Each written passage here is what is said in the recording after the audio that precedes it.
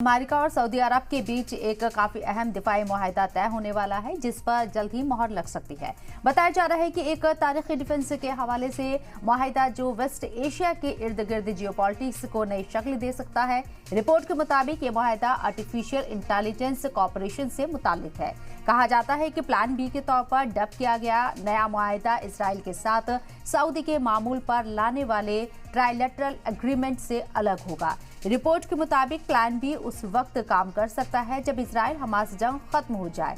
वाज़ेह हो कि Saudi crown Prince Mohammad बिन सलमान और अमेरिकी वजीर खारजा एंटनी ब्लिंकन प्लान बी पर तबादला ख्याल कर चुके हैं। दोनों लीडरान के बीच वर्ल्ड इकोनॉमिक फोरम की मीटिंग के दौरान बातचीत हुई थी इस बारे में, और जराये के मुताबिक अमेरिका और सऊदी अरब डील का न्यूक्लियर पार्ट रियाज को रिफाइंड यूरेनियम पाउडर को गैस में तब्दील करने के प्लान की इजाजत दे सकता है, लेकिन सऊदी अरब को इब्तदाई तौर पर अपनी जमीन पर यूरेनियम गैस के फैलाव की इजाजत नहीं होगी।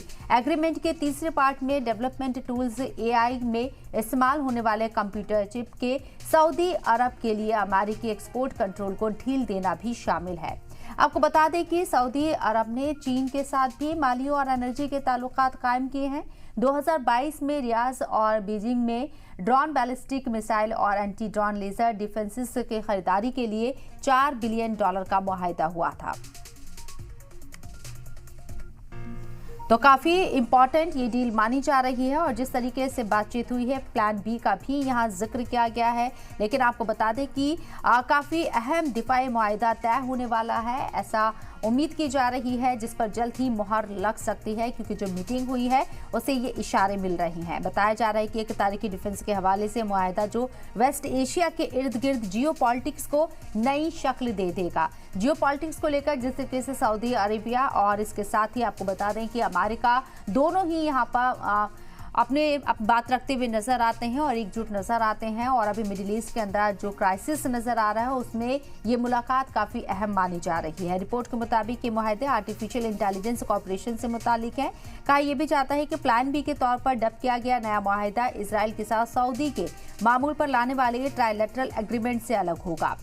और रिपोर्ट के मुताबिक प्लान बी उस वक्त काम कर सकता है जब इसराइल हमास जंग खत्म हो जाए।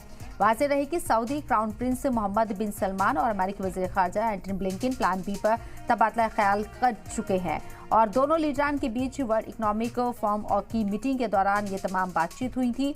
इसके साथ ही आपको बताएं, ज़राये के मुताबिक अमेरिका और सऊदी अरब डील का न्यूक्लियर पार्ट रियाज को रिफाइंड यूरेनियम पाउडर को गैस में तब्दील करने के प्लान की इजाजत दे सकता है, मंजूरी दे सकता है, लेकिन सऊदी अरब को इब्तदाई तौर पर अपनी जमीन पर यूरेनियम गैस के फैलाव की इजाजत नहीं होगी, ये कंडीशन है।